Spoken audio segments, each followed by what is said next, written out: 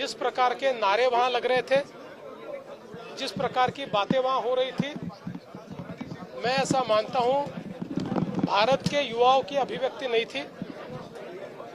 इस देश में कुछ लोग भारत रत्न डॉक्टर बाबा साहेब अम्बेडकर जी का संविधान दिखाते हैं और उल्टा बर्ताव करते हैं। उसी संविधान ने तैयार की हुई इंस्टीट्यूशंस को, संस्थाओं को नकारते हैं और अराजकता फैले इसकी कामना करते हैं। ऐसे इरादे कभी सफल नहीं हो सकते। काय अराजक चेहरा म्हणजे काय? अराजकतावादी चेहरा आणि मनसुबे येतो मी त्याच्यावर. आंबेडकरांचं पुस्तक घेऊन गेलो तुम्ही. त्यांना म्हणायचं जे आंबेडकरांना फॉलो करतात ते अराजक असतात. जे भीमचे घोषणा देत होतो मी, त्यांना हे म्हणायचं जे भीमच्या घोषणा अराजकता आहे.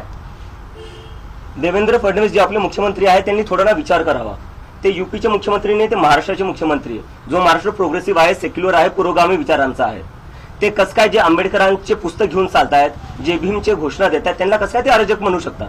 मला लाज वाटते जे स्टेटमेंट आले त्यावरनं.